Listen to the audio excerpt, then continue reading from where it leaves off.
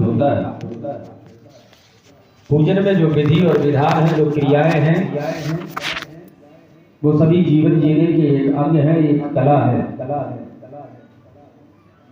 परमात्मा के चरणों में बैठकर जब हम गुणगान करते हैं तो निस्वार्थ भाव से वो कार्य करते हैं।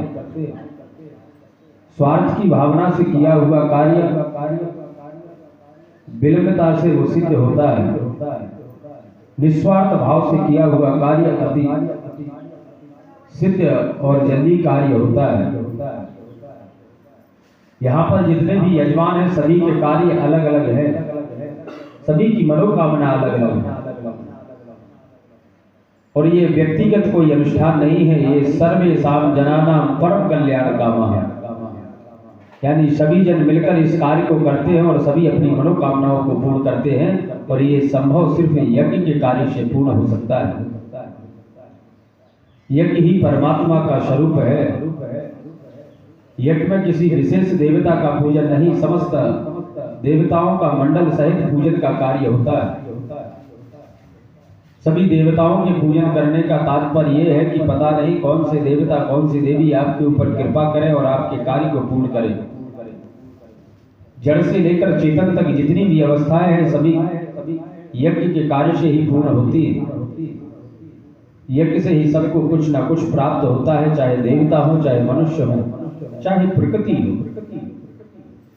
ऋग्वेद में प्रकृति को ही देवता का स्वरूप कहा गया है। हमारे सनातन धर्म में ऐसे कोई जीव जंतु या प्रकृति का कोई भाव नहीं है जिसका पूजन का कार्य ना हुआ हो, क्योंकि परमात्मा के द्वारा बनाया गया जो भी है वो परमात्मा का स्वरूप है, और उसी स्वरूप का हम पूजन करते हैं अपने कार्यों को सिद्ध करने के लिए। ये शारदीय नवरात्र माँ भगवती की उपासना का महापर्व है। इसे जागृत नवरात्र कहते हैं।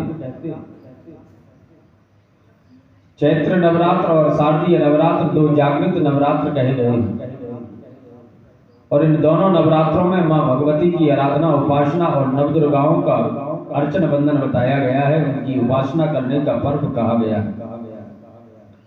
शक्ति को संचय करने का ये महापर्व है।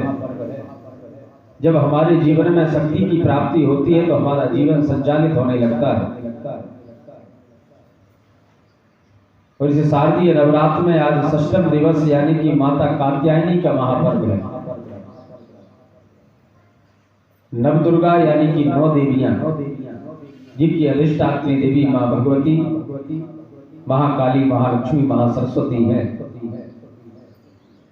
प्रथमं शैलपुत्री च द्वितीयं ब्रह्मचारिणी तृतीयं चंद्रघंटेति कूष्मांडेति चतुर्थकं पंचमं स्कंदमातेति षष्ठं कात्यायनीति च सप्तमं कालरात्रीति महागौरीति चाष्टकं नवमं सिद्धधात्री च नवदुर्गा प्रकीर्तिका। ये नवदुर्गा कही गई है। नवदुर्गा का ये पावन पर्व श्री राम महायज्ञ में आप माँ भगवती की उपासना, आराधना और पूजन का कार्य भी कर रहे, ये आप सभी के लिए सौभाग्य है। और ये पूजन का कर्म और ये जो कार्य आप कर रहे हैं कि किसी न किसी भावना से, किसी न किसी मनोरथ से कार्य कर रहे हैं, क्योंकि आप मनोरथ आपका उत्पन्न नहीं होता तो आप इस कर्म से नहीं जुड़ते। साधारण तौर पर आपसे कहते कि आपको पूजन करना है, हवन करना है, तो आप कोई ना कोई बहाना बनाकर कार्य कर निकल जाते हैं। लेकिन पूज्य महाराज जी के आदेशानुसार आपने इस कार्य को पूर्ण करने के लिए, इस कार्य की सहमति प्रदान करते हुए इस कार्य करने के लिए पधारे और अपने अपने घरों से निर्वृत्त होकर आए हैं कि इस कार्य को करना है। तो यहाँ पर आपको चिंता नहीं करना है, सिर्फ परमात्मा का चिंतन करना है, क्योंकि चिंता चिता की ओर ले जाती है और चिंतन परमात्मा की ओर ले जाती है। तो परमात्मा का चिंतन करते रहेंगे तो आपके मन में, आपके हृदय में, आपके आभा मंडल में जो कार्य है वो पूर्ण होंगे।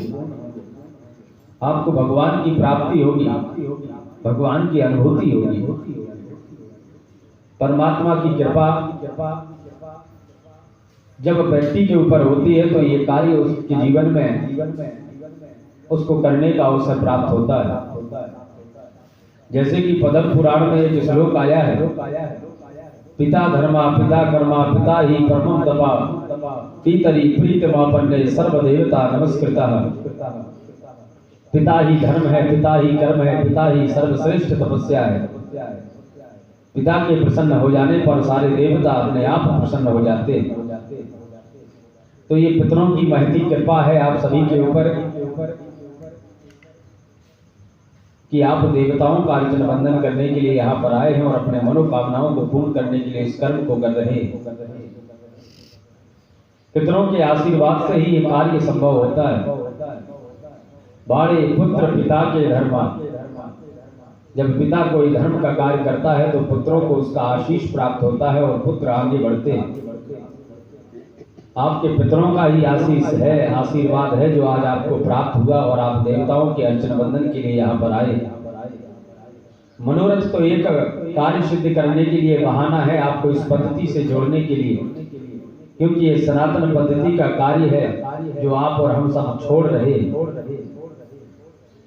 व्यस्तता के कारण हम परमात्मा के विधि और विधान को बनाए हुए कार्य को हम छोड़ देते हैं।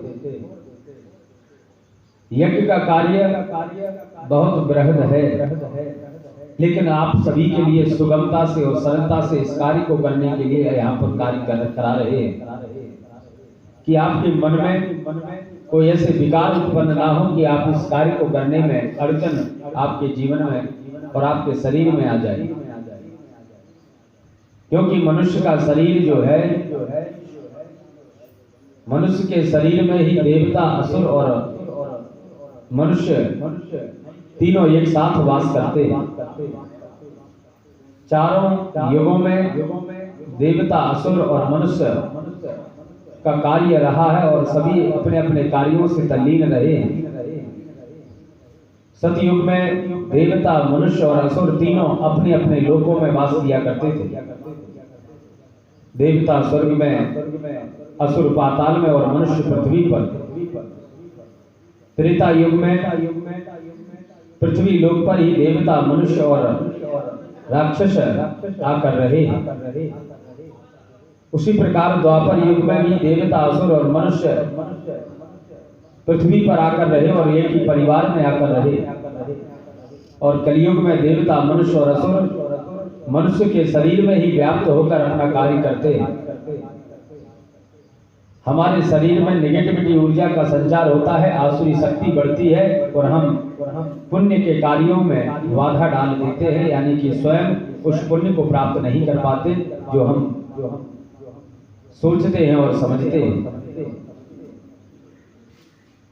हमारे शरीर के अंदर ही देवतत्व और राक्षसत्व दोनों जागृत हैं। ये हमारे कर्म के आधार पर कार्यों को पूर्ण कराते हैं। हमारा मन स्थिर नहीं होता है तो आसुरी तत्व जागृत होकर आसुरी कर्म करा देता है और पुण्य से वंचित कर देता है। लेकिन हमारा शरीर, हमारा मन जब एकाग्र होता है, भगवान की भक्ति में तल्लीन हो जाता है, तो देव तत्व जागृत होकर देवताओं के पूजन अर्चन कर, वंदन कर हम अपने कार्यों को सिद्ध करते हैं और पुण्य की प्राप्ति करते हैं। तो परमात्मा का ये विधान, ये पूजन का क्रम, इसको हम साधारण बनाते हुए आपके लिए कार्य कराते हैं। ये यज्ञ का कार्य है, इसलिए थोड़ा इसमें विलंब लगता है। ये कोई साधारण पूजा नहीं है कि आपको 1 या 2 घंटे में हम निर्वृत्त कर दें। सुबह से शाम हो जाती है इस कार्य को करने में, क्योंकि यहाँ समस्त देवताओं का आवाहन होता है। यज्ञ के कार्य में किसी भी देवी देवता को छोड़ते नहीं। पता नहीं कौन से देवी देवता आपके ऊपर प्रसन्न हो और आपके कार्य को सिद्ध करें। पूजन के कार्य में 4 विधियों से पूजन का कार्य किया जाता है,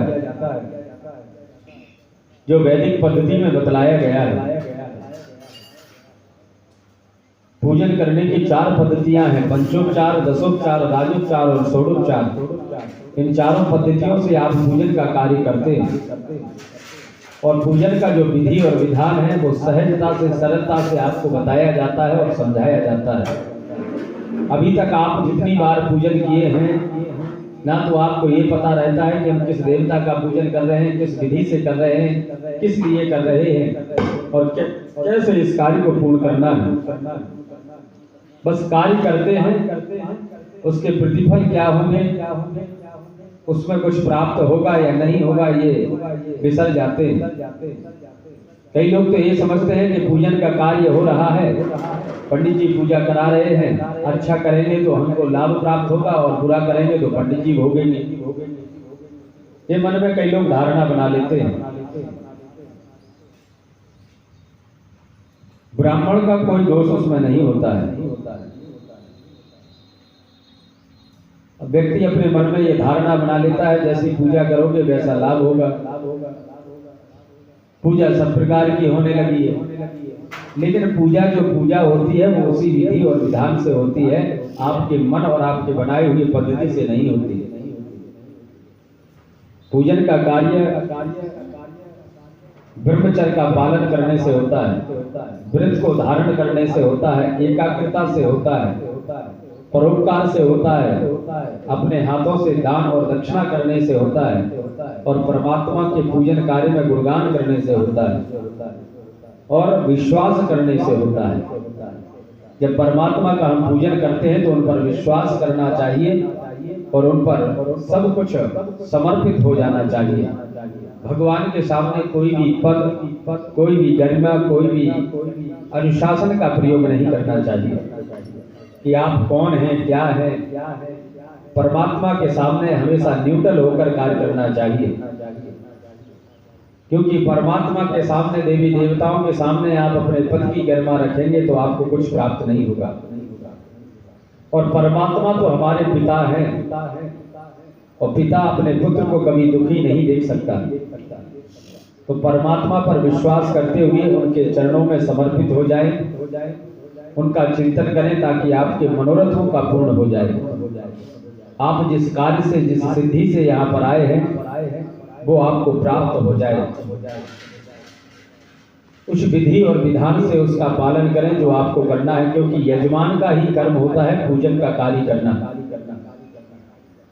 और ब्राह्मण का कर्म होता है उस पूजन पद्धति से आपको जोड़ना। ये जो पूजन का कार्य करते हैं ये ब्राह्मण की जवाबदारी नहीं है, ये यजमान की जवाबदारी है। यजमान को अपने कर्म पर इस कार्य को करना चाहिए। ये यजमान का कार्य है, और यजमान को स्वयं पता नहीं है कौन सी विधि से पूजा होती है, कैसे पूजा होती है।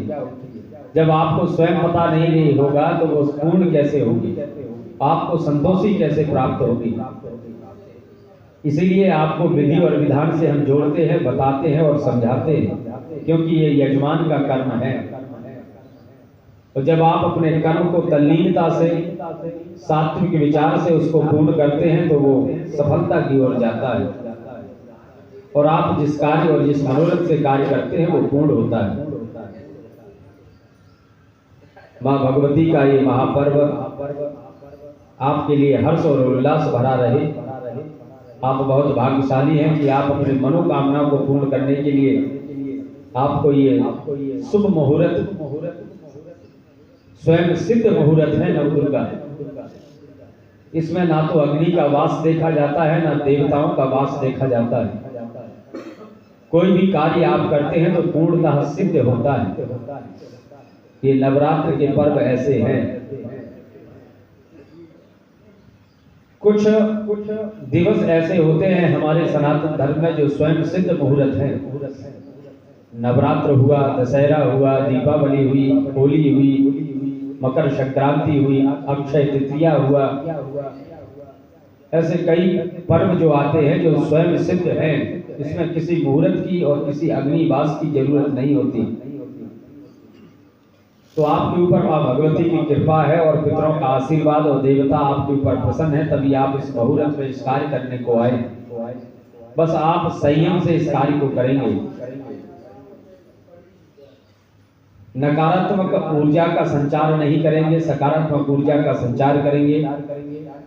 क्योंकि जब भी हम कोई पूजन का मांगलिक कार्य करते हैं, कोई पुण्य का कार्य करते हैं, तो उसमें बाधा हम स्वयं डालते हैं, क्योंकि हमारे अंदर ही राक्षस व्याप्त होते हैं, राक्षसी गुण प्राप्त होते हैं।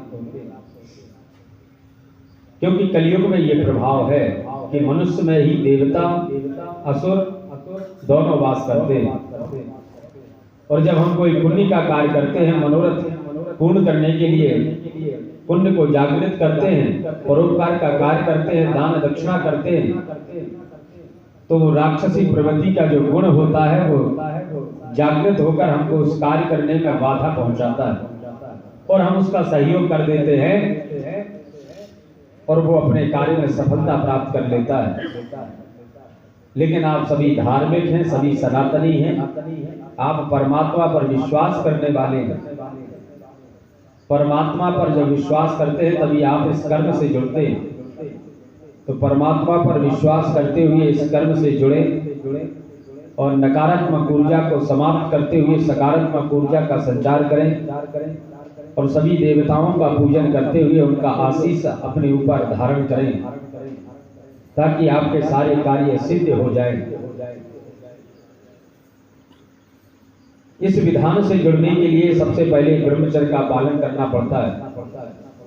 छौरे कर्म से दूर रहना पड़ता है, यानी कि बाल कटे, दाढ़ी कटे, नाखून, ये सब नहीं करना चाहिए।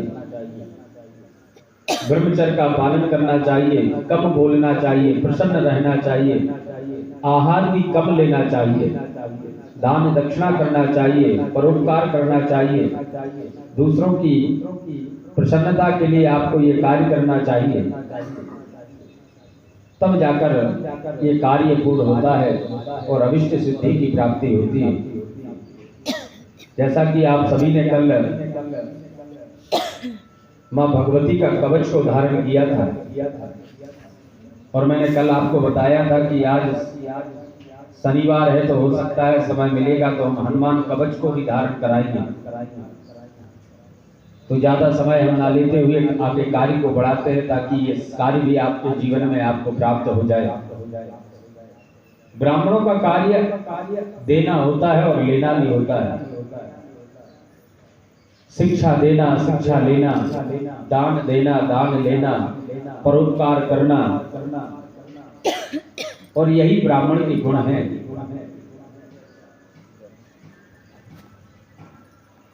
कई शास्त्रों में ब्राह्मणों के कार्य बतलाए गए हैं। ब्राह्मण कैसा होना चाहिए, क्या गुण होना चाहिए। लेकिन ब्राह्मण में ऐसा क्या है कि सारी दुनिया ब्राह्मण के पीछे पड़ जाती है। हम स्वयं पड़ जाते हैं। जब नकारात्मक ऊर्जा का संचार होता है तो हम अपना कार्य उसी से सिद्ध कराते हैं और उसी के पीछे पड़ जाते हैं। गोस्वामी तुलसीदास जी ने रामचरितमानस में एक चौपाई लिखी है। भगवान श्री राम ने भगवान परशुराम जी से कहा था, देव एक गुण धनुष हमारे, 9 गुण परम पुनीत तुम्हारे। हे प्रभु, हम क्षत्रिय हैं, हमारे पास एक ही गुण है अर्थात धनुष ही है। आप ब्राह्मण हैं, आप में परम पवित्र 9 गुण हैं। ऋजु तपस्वी संतोषी क्षमाशीलो जितेंद्रिया, दाता सूरो दयालुषा ब्राह्मणो नव भी गुरुगणे। यानी कि ऋजु, तपस्वी, संतोषी, क्षमाशील, जितेंद्रिय, दाता, सूर्य और दयालु और ब्रह्म ज्ञानी। यानी ब्राह्मण में ये गुण होना अति आवश्यक है, तभी वो ब्राह्मण है। रिपु यानी कि सरल हो, तपस्वी यानी कि तप करने वाला हो, संतोषी मेहनत की कमाई पर संतुष्ट रहने वाला हो, क्षमाशीलो यानी क्षमा करने वाला हो, जितेंद्रिय अपनी इंद्रियों को वश में करने वाला हो, दाता दान करने वाला हो, सूर्य बहादुर हो, दयालु सब पर दया करने वाला ब्रह्म ज्ञानी हो। ये रामचरितमानस में भगवान श्री राम ने भगवान परशुराम से कहा था। श्रीमद् भागवत गीता के 18वें अध्याय में 42वें श्लोक में भी ब्राह्मण के 9 गुण बताए। समो दम्भस्त शौचम च शांति राजमवेव च ज्ञानम विज्ञानमस्तित्वम ब्रह्म कर्म स्वभाजनम। अर्थात मन का निग्रह करना, इंद्रियों को वश में करना, तप करना, धर्म पालन के लिए कष्ट सहना, बाहर भीतर से शुद्ध रहना, दूसरों के अपराध को क्षमा करना, शरीर मन आदि में सरलता रखना, वेद शास्त्र आदि का ज्ञान होना, यज्ञ विधि का अनुभव में लाना और परमात्मा वेद आदि से अस्तित्व भाव रखना, यह सब स्वयं ब्राह्मणों के स्वाभाविक गुण होना चाहिए, कर्म होना चाहिए। पूर्व श्लोक में स्वभाव प्रभे गुणे कहा है, इसलिए कि स्वभाववत कर्म बताया गया है। स्वभाव बनने में जन्म मुख्य है, फिर जन्म के बाद संग मुख्य है और संग स्वाध्याय अभ्यास आदि के कारण स्वभाव में कर्म गुण बन आता है। ठीक वलम क्षत्रिय वलम ब्रह्म तेजो वलम वलम एकेन ब्रह्म दंडेना सर्व शास्त्राणि हतानि च। इस श्लोक में भी गुण से हारे हैं। त्याग, तपस्या, गायत्री, संध्या के बल से, और आज लोग उसी को त्यागते जा रहे हैं और खुजवाने का भाव जबरदस्ती रखे हुए हैं। ना तो वो संध्या वंदन करते हैं, ना गायत्री का जाप करते हैं, ना परोपकार की भावना से यजमान का कार्य करते हैं। व्यापारिक दृष्टि से जोड़ दिया है। इस पूजन कर्म को भी व्यापारिक दृष्टि से जोड़ दिया गया है, लेकिन ये यहाँ पर नहीं हो सकता, क्योंकि यहाँ पर परमात्मा की कृपा और पूज्य गुरुदेव का आशीष और सानिध्य प्राप्त है। विप्रो वृक्षतस्य मूलं च संध्या वेदा सखा धर्म कर्माणि पात्रम तस्मान मूलो यत्नो रक्षणी छिन्ने मूले नेव सखा न पात्रम।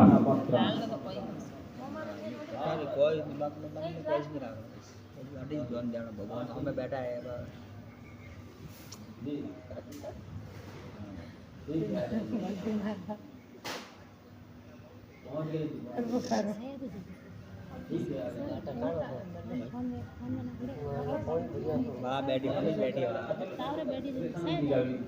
बात मैंने अमार बन लगा फोटो वास्ते बैठी है फोटो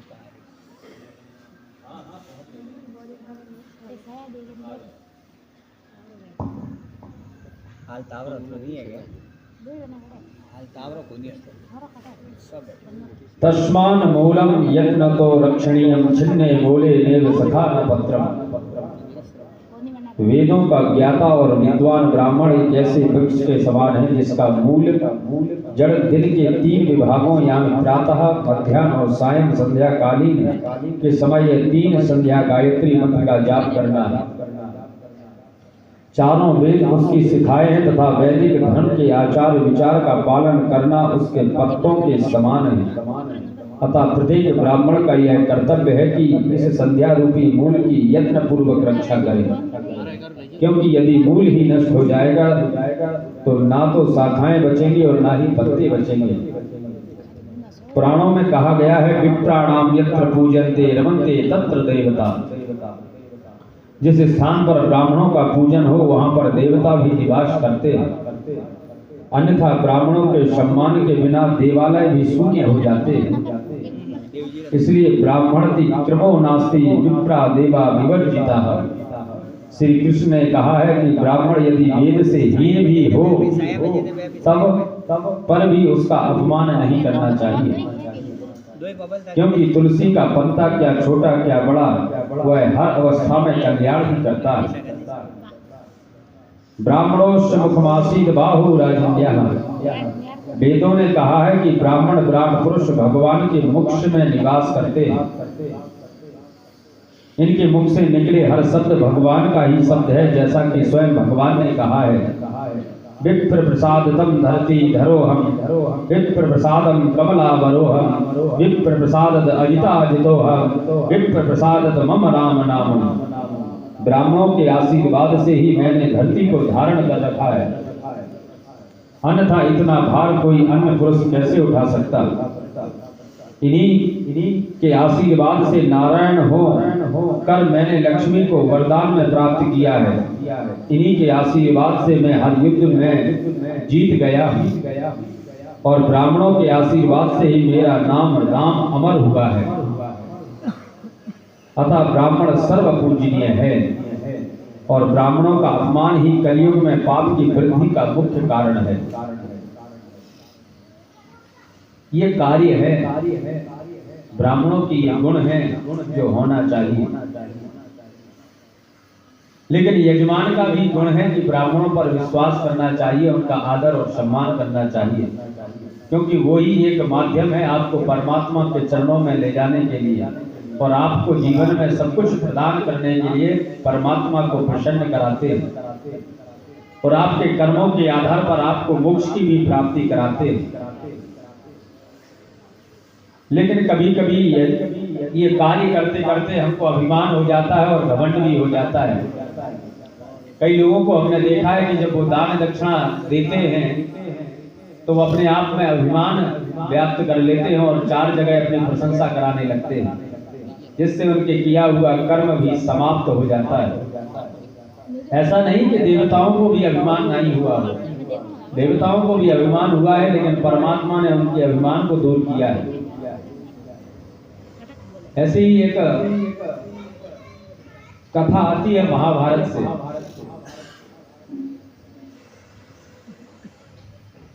राजा मूरध्वज की कथा आती है। आपने शायद नाम सुना हो मूरध्वज का, क्योंकि शास्त्रों का अवलोकन करते रहेंगे, पठन पाठन करते रहेंगे तो सब कुछ याद रहता है।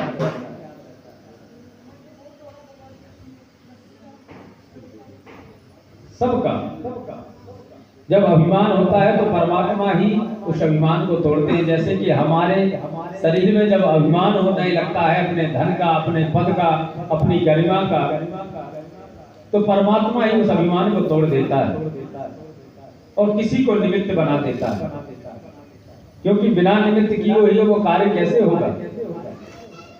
महाभारत युद्ध की समाप्ति के बाद अर्जुन को वहम हो गया कि श्री कृष्ण के सर्वश्रेष्ठ भक्त हम ही हैं। अर्जुन सोचते हैं कि कन्हैया ने मेरा रथ चलाया, मेरे साथ रहे, इसलिए मैं भगवान का सर्वश्रेष्ठ भक्त हूँ। अर्जुन को क्या पता था कि वो केवल भगवान के धर्म की स्थापना का एक जरिया है। फिर भगवान ने उनका गर्व तोड़ने के लिए उसे एक परीक्षा का गवाह बनाने के लिए अपने साथ ले गए। श्री कृष्ण और अर्जुन ने जोगियों का वेश बनाया और वन से एक शेर को पकड़ा और पहुंच जाते हैं भगवान विष्णु के परम भक्त राजा मूरध्वज के द्वार पर। राजा मूरध्वज बहुत ही दानी और आव भगत वाले थे। अपने दर पे आए किसी को भी वो खाली हाथ और बिना भोज के जाने नहीं देते थे। दो साधु एक सिंह के साथ जब उनके द्वार पर गए, ये जानकर राजा नंगे पांव दौड़ के द्वार पर आए और भगवान के तेज से नतमस्तक हो आतिथ्य स्वीकार करने के लिए कहा। भगवान कृष्ण ने मूरध्वज से कहा कि हम मेजबानी तभी स्वीकार करेंगे जब आप उनकी शर्त मानेंगे। राजा जोश में थे, कहा आप जो भी कहेंगे हमें सब मंजूर है, मैं तैयार हूँ आपके स्वागत के लिए, आपके सम्मान के लिए। भगवान कृष्ण ने कहा कि हम तो ब्राह्मण हैं, कुछ भी खिला देना, पर ये सिंह तो नरभक्षी है। तुम अगर अपने इकलौते बेटे को अपने हाथों से मारकर इसे खिला सको तो ही हम तुम्हारा आतिथ्य स्वीकार करेंगे। भगवान की शर्त सुनकर मूरध्वज के होश उड़ गए। फिर भी राजा अपना आतिथ्य धर्म नहीं छोड़ना चाहता था। उसने भगवान से कहा, प्रभु मुझे मंजूर है, पर एक बार मैं अपनी पत्नी से पूछ लूं, क्योंकि धर्म को आगे ले जाने का कार्य हमारी पत्नी ही करती है और पत्नी से ही हमको धर्म का कार्य करने की प्रेरणा प्राप्त होती है। भगवान से आज्ञा पाकर राजा महल में गया तो राजा का उतरा हुआ मुख देखकर पति पिता रानी ने राजा से कारण पूछा। राजा ने जब सारा हाल बताया तो रानी की आंखों से अश्रु बह निकले। फिर भी वो अभिमान से राजा से बोली कि आपकी आन पर मैं अपने सैकड़ों पुत्र कुर्बान कर दूंगी। आप साधुओं को आदर पूर्वक अंदर ले आइए। अर्जुन ने भगवान से पूछा, माधव ये क्या माजरा है, आपने तो क्या मांग लिया? कृष्ण बोले, अर्जुन तुम देखते जाओ और चुप रहो। राजा तीनों को अंदर ले आए और भोजन की तैयारी शुरू की। भगवान को 56 भोग परोसा गया पर अर्जुन के गले से उतर ही नहीं रहा था। राजा ने स्वयं जाकर पुत्र को तैयार किया। पुत्र भी कितने वर्ष का? मात्र 3 वर्ष का। 3 साल का उनका पुत्र था। पुत्र का नाम था रतन कुंवर। वो भी माता पिता का भक्त था। उसने भी हंसते हंसते अपने प्राण दिए परंतु उफ नहीं की।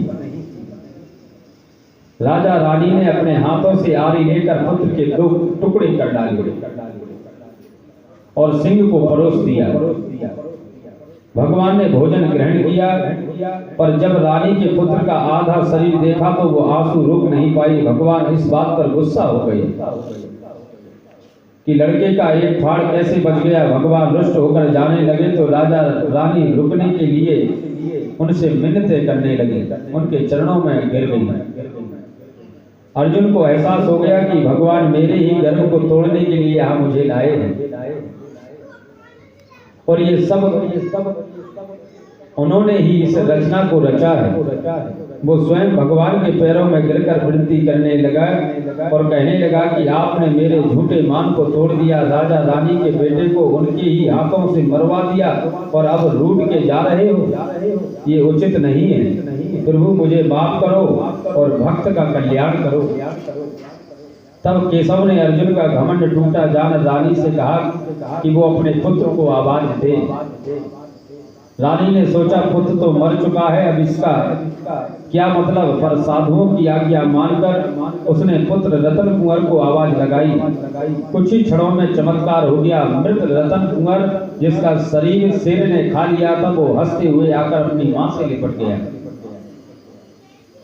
भगवान ने मोरत ध्वज और रानी को अपने विराट स्वरूप का दर्शन कराया और पूरे दरबार में वासुदेव कृष्ण की जय जयकार गूंजने लगी। भगवान ने दर्शन पाकर अपनी भक्ति सार्थक जान मोरत ध्वज की आंखें भर आई और वो बुरी तरह बिलखने लगे। भगवान ने वरदान मांगने को कहा तो राजा रानी ने कहा कि भगवान एक ही वर दो कि आप अपने भक्त की ऐसी कठोर परीक्षा कभी नहीं लेंगे।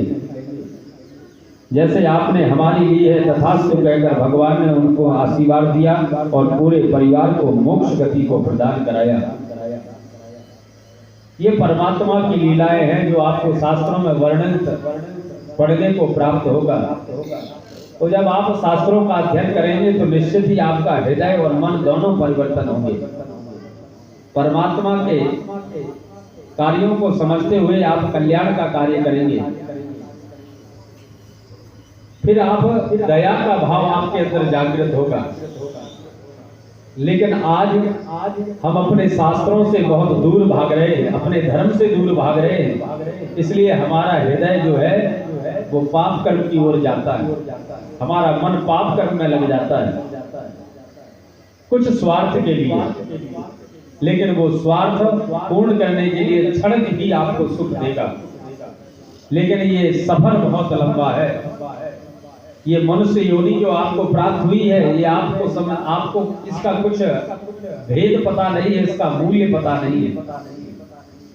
84 लाख योनियों में भटकते भटकते ये मनुष्य योनि प्राप्त होती है और मनुष्य योनि प्राप्त होती है परमात्मा के चरणों में विलीन होने के लिए। लेकिन व्यक्ति अपने स्वार्थ के कारण परमात्मा को भूल जाता है और परोपकार करना छोड़ जाता है और आसुरी शक्तियों में पढ़कर अर्थ का अनर्थ करता है और उसको पुनः 84 लाख योनि में भटकने के लिए वो तैयार हो जाता है। गरुड़ पुराण एक छोटा सा पुराण है।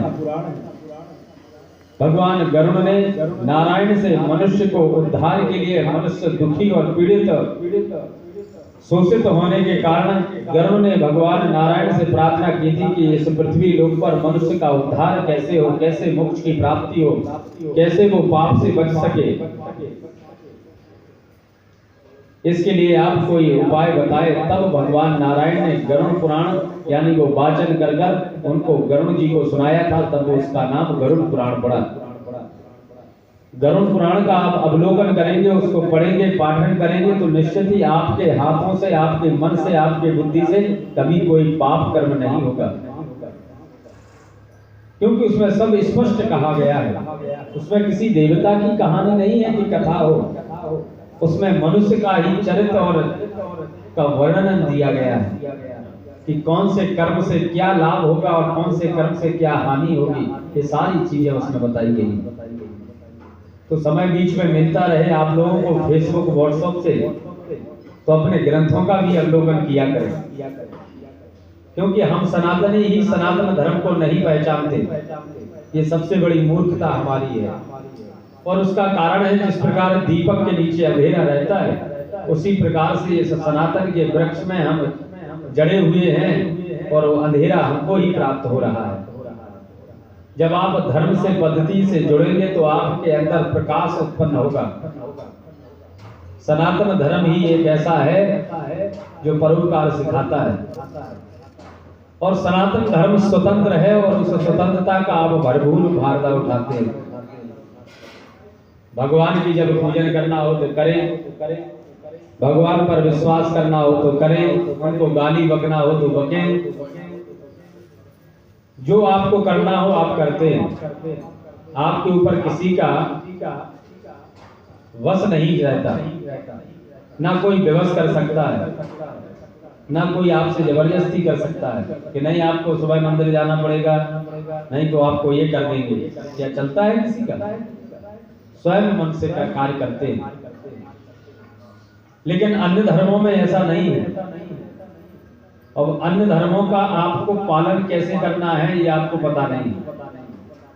अन्य धर्मों में धर्म को ही प्रधानता दी गई है, आपके व्यक्तिगत जीवन को प्रधानता नहीं दी गई है।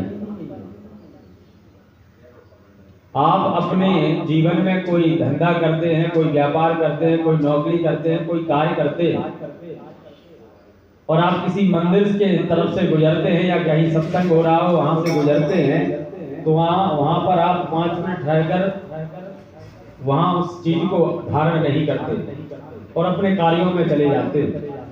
लेकिन अन्य धर्मों में ऐसा नहीं है। अन्य धर्मों में अपने कार्यों को त्याग कर वो धर्म के कार्य में जुड़ जाते हैं। इसीलिए वो एक रहते हैं, एकाग्र रहते हैं और कट्टरपंथता उनके अंदर रहती है। लेकिन हमारे अंदर ऐसा नहीं है, हम स्वतंत्र हैं। मंदिर जाना होगा तो जाएंगे, नहीं जाना होगा तो क्या जबरदस्ती है? और मंदिर जाएंगे भी तो परमात्मा के सामने उनका आदर और उनकी उपासना नहीं करेंगे। ये फाइल लेकर जाएंगे और उस पर उनके चरणों में भेंट कर देंगे, तो प्रभु बस इतना तो हो गया, ये और हो जाए तो सब कुछ हो जाएगा। व्यक्ति का मन कुछ ना कुछ डिमांड करता ही रहता है, उसकी पूर्ति कहीं कभी नहीं होती। जब भी आप किसी देवता के समक्ष गए होंगे या देवी के समक्ष गए होंगे या मंदिर में गए होंगे या किसी भी तीर्थ स्थान पर गए होंगे, तो कुछ ना कुछ आपके अंदर डिमांड जागी होगी और आपने परोसी होगी। यानी कि एक फाइल आपकी पहले से ही चल रही है और 4 फाइलें आप और वहां पर रख के आ जाते हैं। और परमात्मा की कृपा हो गई और सारी फाइलें आपकी मंजूर होकर पूर्ण हो गई, तो फिर आप समाज में जाकर अपनी पीठ थपथपवाएंगे। क्यों? मैं नहीं होता तो ये हो सकता था क्या? मैं था कि ये कार्य हो गया।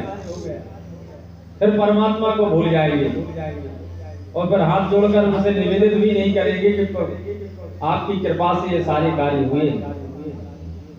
कोई धन्यवाद भी नहीं देगा कि प्रभु आपकी कृपा से ये सारे कार्य हुए हैं, इसी प्रकार आप हमारे ऊपर कृपा बनाए रखें। फिर तो अपनी वाहवाही करने के लिए समाज में जाएंगे। और कहीं वो किसी कारणवश आपकी फाइल लेट कर दे परमात्मा, तो आपको टाइम ही नहीं लगेगा कि हम वहां गए थे, फालतू में मेरे पैसे खर्च हो गए, वहां कुछ नहीं है। और गाली बकना प्रारंभ कर देगा। तो ये सब होता है धर्म से दूर रहने के कारण। जब धर्म को आप छोड़ते हैं